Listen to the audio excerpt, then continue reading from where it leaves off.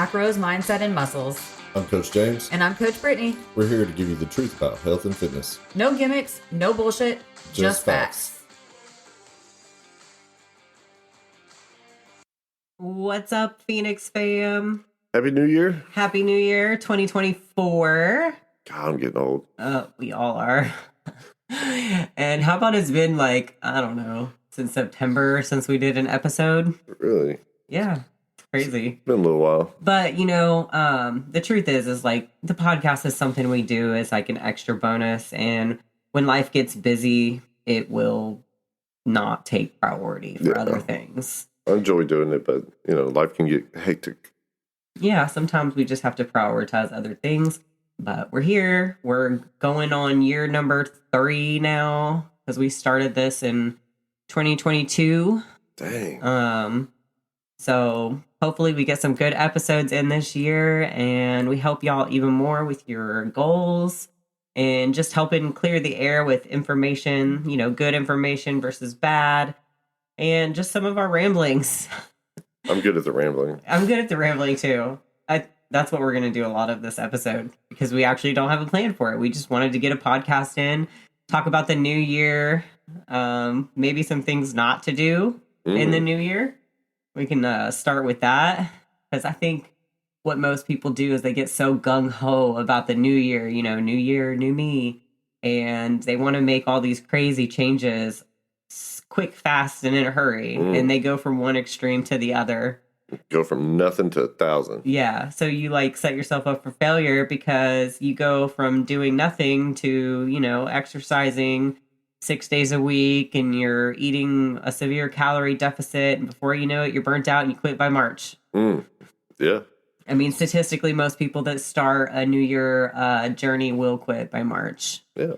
Well, that's a lot of changes. I mean, you go, like I said, 0 to 1,000. What suggestions do you have for these people, Brittany? Oh my God, don't make that face. This is my face. Oh, it's a stupid face. It's the only one I have. Do better. No, as far as suggestions go, I'm a firm believer in baby steps. Like a little bit at a time, it all adds up to a lot at the end. And you don't have to make crazy changes to see awesome progress. Healthy fat loss is, about a pound a week. Some weeks you might drop, 2 or 3, especially in the beginning. And some weeks you might drop less or none. But evening out, like on your average, about a pound a week. So you don't have to, eat 1,200 calories a day to do this. You don't have to cut out all your favorite foods. You don't have to do hours upon hours of cardio. In fact, you shouldn't do all this stuff. You should baby step it because as you get further into your journey, the more you have to do these things to keep seeing progress. Exactly. Because our body adapts. When you eat in a calorie deficit, eventually that deficit becomes your maintenance. So in order to enter a deficit again, you have to either lower your calories or increase your activity. And if you're already going balls to the wall, you're working out 6 days a week, eating 1,200 calories, like where are you going to go from there? Yeah. So, slow and steady wins the race. Start with just increasing your movement. Like if you have a weight loss goal, just focus on increasing your movement. Make that part of your daily goals. Once you've implemented that and you've mastered that little skill, then you can add in another one. But we're busy adults. Everybody has families, jobs, kids, dogs. I think movement is probably the easiest thing that people can do. But then they turn their nose up at it because they feel like it's not enough. Like if I'm not in pain in the gym, which you should not be in pain, like after your workouts, no pain, no gain is bullshit. They think that they're not doing enough. But the simple act of walking is underrated. It's so underrated. It's literally life-changing. Like if you sit at a desk all day, like if you work in an office or if you work from home and you're just sitting most of the day, the 1 hour you go really hard in the gym, yes, it'll make a difference in how you feel. But in terms of your results, you have to think about it. You're sitting most of the day. The 1 hour in the gym isn't going to combat the 8 hours that you spend sitting. So if you can get up, once an hour and just walk for, 5-10 minutes, or if you have the option to get a walking pad and, transition to a standing desk. We've had a lot of people do that, and it makes a big difference. Those are really nice. Yeah. I would totally get one. I mean, we have a treadmill. I know, we have a whole treadmill, we have a whole gym. I mean, I'll get one. We can get one. when we transition our desks to the standing ones eventually. I'm not standing at a desk. I will stand at a desk because I sit most of the day. You're so short that me sitting at a desk and you standing at a desk is probably about the same height. Hilarious. You're going to throw yourself into a coughing fit. Oh, yeah, we're a little under the weather at the moment. We have a tradition here in our house, in our family. We love to start off the new year with COVID. Yeah. We're 2 years strong. Man. Literally. So took out the whole family. Took out the whole family. Thanks. Extended family, too. Thanks, Mom. No. Honestly, we feel not 100%, but also it could be worse, too. Yeah. So it's just kind of head pressure and sinus. Resting. Yeah, so we're resting, taking it easy, still getting things done. But anyways, back to little steps, right? Talking about movement being number one. Once you start focusing on that movement, I like to set step goals. And a lot of people, again, will go from 0 to 10,000 steps a day, and you miss everything in between. If you're averaging 3,000 steps a day, which is extremely sedentary, you need to baby step it up. If you're doing 3,000 steps on average, add 1,000 to that. Go for 4. After you do that for a couple weeks, add another 1,000. Keep making progressions so that you can keep making progress. And eventually you're living a more active life. And you're probably going to notice a lot less aches and pains too. Help you loosen up. Once you get movement down, then you can start looking at food too. Food, one of the things is you can't outwork bad nutritional habits, no matter how many hours you spend in the gym, how many days a week you work out. If your nutrition is crap, you're not going to see the results that you want. And, I'm not a believer that there's good food and bad food. I believe that there's food that's more fun. And I believe that there's food that, is for your body, fueling it and giving it the nutrients and vitamins and stuff that it needs. So carbs don't make you fat? No. Carbs are awesome. Carbs are great. But, one of the biggest things, nutritionally, that people can do is increase their protein. And with women especially, we see this, we work mostly with women. Most women will come to us and they're like, oh, I eat a lot of protein a day. And they're eating 50 grams of protein a day. Yeah. That's one meal for me. That's not enough. Yes, that's the bare minimum recommendation for, what is it, the FDA or whatever. But that's bare minimum. That's what you need to survive, not thrive. Yeah, that's what your body needs. Laying in a hospital bed, moving absolutely zero to survive. A lot of people struggle with protein. They say it's too hard. They struggle to get their protein in daily. I personally can't relate to this because I've always just eaten protein, but it's not as hard as you're making it out to be to get in your protein. I agree. If you're eating 3 meals a day and 2 snacks, you just have anywhere from, 20 to 35 grams of protein with each of your main meals and 15 to 25 for a snack, and you hit your goal before you know it. Yeah. Breakfast, you can have eggs. A snack, you can have a yogurt or a cottage cheese. They even make, higher protein yogurts now with 20 grams of protein. That's perfect for a snack. I love taking yogurt for my snack. Tuna packs, beef jerky. I love some beef jerky. I love it too. It's really not as hard as you're making it out to be. Or even a protein shake. In a pinch. In a pinch. I mean, it's not filling, it's quick, it's easy. But at least it's protein. It's helping you work towards the goal. pair that protein with fruits and vegetables, and bam, there's your nutrition. It's not complicated. Well, I don't want you to. Oh, God. Calm down now. Oh, let me get back from this microphone. Yeah, it's doable. People overthink it.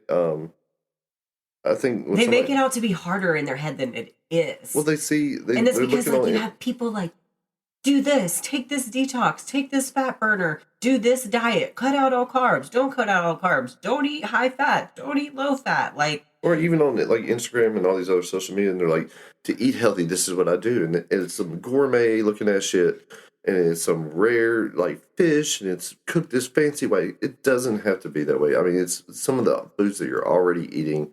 It's just eating them with purpose. Yeah. I mean, it doesn't have to be fancy. Like, food is an entertainment.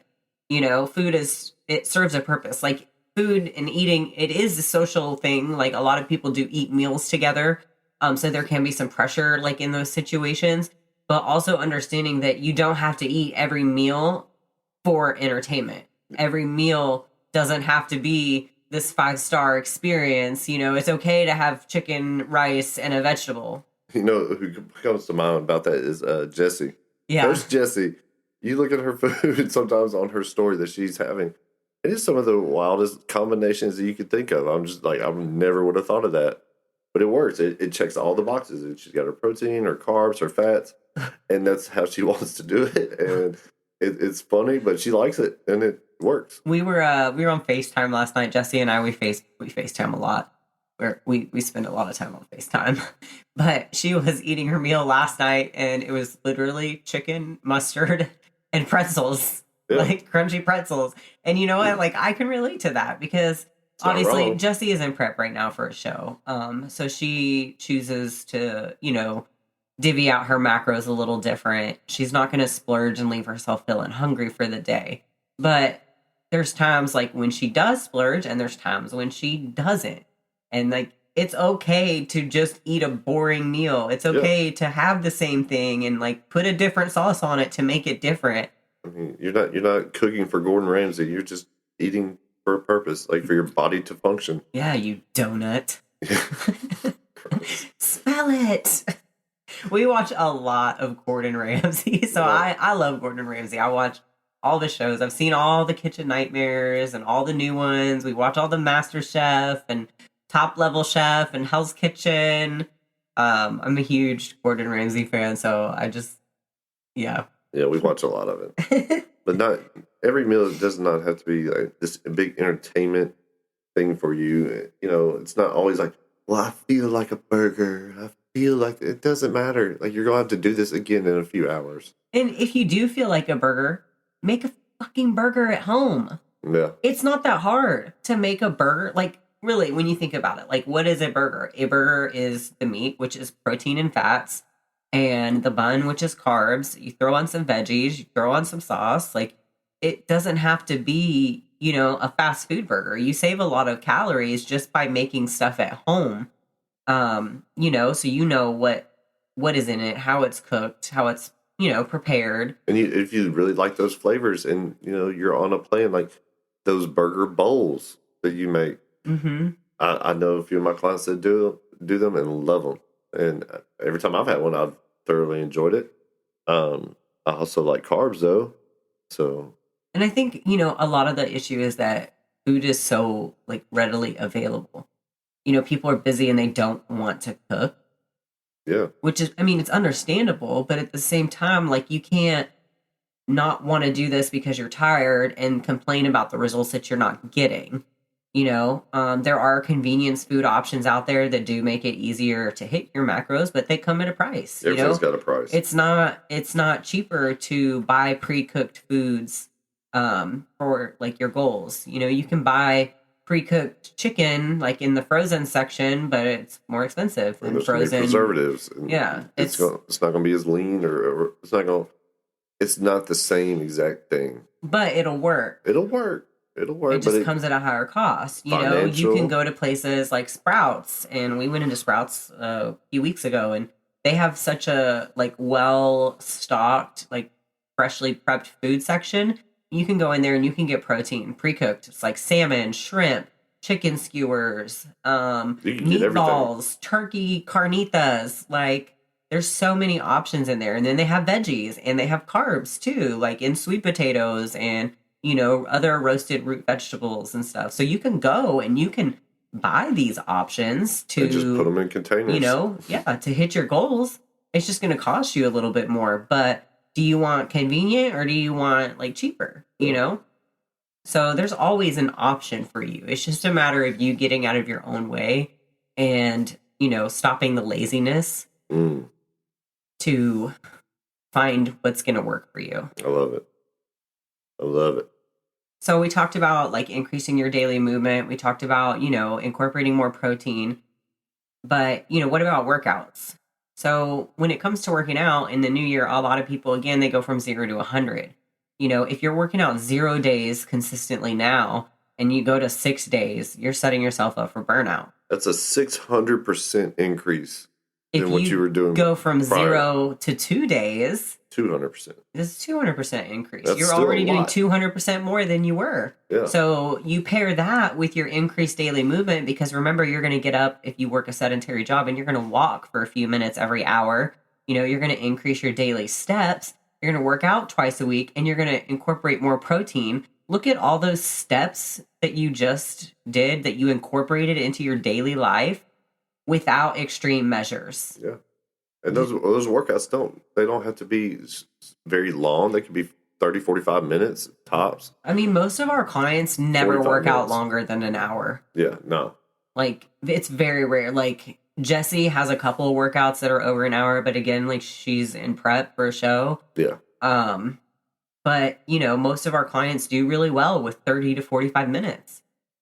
And you do that twice a week. Like, that's it. 30 to 45 minutes. Make it a routine. Pick your 2 least busy days.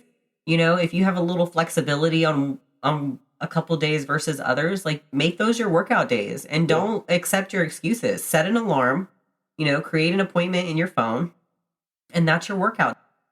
And do your best to stick to your routine. That's what you're trying to establish, is a healthy routine that you stick to each week. And with only having 2 workouts a week, you have 5 other days. So if at very worst something comes up, you can move that workout to another day. You're not, something doesn't come up and you're like, oh, well, I'm going to miss my workout this week. All you got to do is just move it to another day. Don't make an excuse. Just move it, knock it out, and that's a win for the week. But you also don't want to move those workouts just to move them. No. You want to treat it like an appointment. If you had a doctor's appointment or any appointment with a professional, would you cancel that appointment because you're a little tired? No, you wouldn't. Like, you're only going to cancel that appointment if you absolutely have to. And that's how you should look at these appointments, these workouts for yourself. It is an appointment for you to better your health. And you shouldn't miss it unless there's an absolute emergency or, you're really sick. Yeah. And these workouts, I mean, you get out exactly what you put into them. You get 100% return on your investment. So if you're not showing up for that investment, you're not going to get any results. And workouts, I think coming into them with a different mindset too, like, instead of going in with the mindset, like, I'm working out to lose weight, like, that's a temporary thing. You need to go into these workouts understanding that you're doing it to better your body, to increase your strength and your energy. Because working out, like, while it increases your energy expenditure, like the amount of calories you burn, it's the purpose of working out isn't to lose weight. It's to get stronger, to increase your muscle mass and help your bone density so that as you get older, like, you don't have these issues. I think that's the big problem that a lot of people have is, when they start the new year, they're like, oh, I'm going to start working out to lose weight. You need to start working out because you love yourself, not because you hate yourself. Yeah. So many people with the New Year's resolutions, I typically see a lot of, I want to lose this. My resolution is to lose 10 pounds, 20 pounds. They get that obsession with the scale, and they don't think clearly about what that actually means. I mean, you can take a big fat dump and lose 10 pounds. Maybe you as a man. You could. You know what? The right poop could happen for you and drop that. But I mean, weight is not fat. Weight is not weight loss and fat loss are not necessarily the same things, is what Coach James is getting fat. Right. at. You don't want to lose 10 pounds of muscle, do you? No. You want to lose 10 pounds of fat. And when you start getting these accelerated, weight drops, like you're not just losing fat, you're losing water, you're losing lean tissue, and of course, like, yes, you lose a little fat too, but people just get so obsessed with the scale. They don't see anything else. They don't care what they're doing to their body long term, as long as that number goes down. Mm. And then they hit that goal. They're like, okay, I lost 10 pounds, but I feel the same. I feel the same. I look the same. Yeah. Or I lost 20 pounds. I lost 30 pounds, whatever the case is. And that's because they didn't prioritize strength training to, build muscle mass, to retain muscle mass. They didn't keep their protein high. So as they lost weight, they lost, the important stuff, the lean mass, along with body fat. So their body composition didn't actually change. It got worse because they may have lost weight, but because they didn't strength train or prioritize, working out for those purposes, their body fat percentage is higher and their muscle mass is lower. Yeah. And if they've starved themselves and all of a sudden start eating again, then they're worse than they were before. Yeah, because body fat just shoots up. Those cells, they don't ever go away. So when you rebound hard when you're not careful. And ask me how I know. How do you know? I didn't really mean ask me how I know. Oh, okay, my bad. But I know because I was obese. I've gone through the extremes with You are prep. a beast. You're the beast. You're the beast. Stop it. You stop. But, working out is not all about fat loss is basically what I'm getting at. You are the worst podcast partner ever. Oh, it's my COVID's acting up. You always have an excuse. I'm having a COVID flare up. No, you're not. I'm leaving this in there. No, that's good. It's good. Great. Good. So y'all can see what I have to deal with. I'm carrying the weight of this team over here. I might as well put Kai on the mic. He'll probably talk more than you. Derpy Derp. But yes, these have been some really great topics today. And I think everyone that's starting the fitness journey is very appreciative of the knowledge that Brittany has shared today. And they like the side comments that you offered. Well, I'm about to cough really bad. Like, I'm struggling over here. My eyes are dry. I'm goopy-eyed. Oh, gosh. Nobody needs to know that. Anyway. All right. So if you're not on Facebook in our group yet, you should be there. We have a community for women, macros, mindset, and muscles for women. I do live trainings in the group most Thursday afternoons, and we talk about various topics that will help you in your health fitness journey. We share recipes. We have albums, with different type of workouts in there, and also like grocery store finds. It's just a good community with like-minded individuals. My clients love it. Yeah, it's a good resource. There's just so many great resources in that group. Now, I know the majority of our clients are females, and we love them, and they're great. But there are some guys, and if you would like, you can always reach out to me, and we can be buddies, and I can share some of the information that we share on in that group. So, I think that's about enough for this episode. What do you think? I think we covered a lot of things. It was good. Yeah, it was just a little kickoff, unplanned topic chat between me and me. It's hard carrying the whole thing. I know. It sucks, but somebody's got to do it. We're looking forward to planning more regular episodes this year. I'm not going to make any promises on what they will be yet, but we're working on it. We have heard you. If you have suggestions, you can, reach out to us, like Coach James said, on Instagram or in the Facebook group for women. Our business Instagram is phoenix.transformation. So we'd love to hear from you there. I don't have anything else, do you?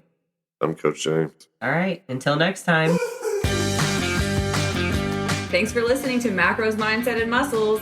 Until next time, I'm James. I'm Brittany. We're out.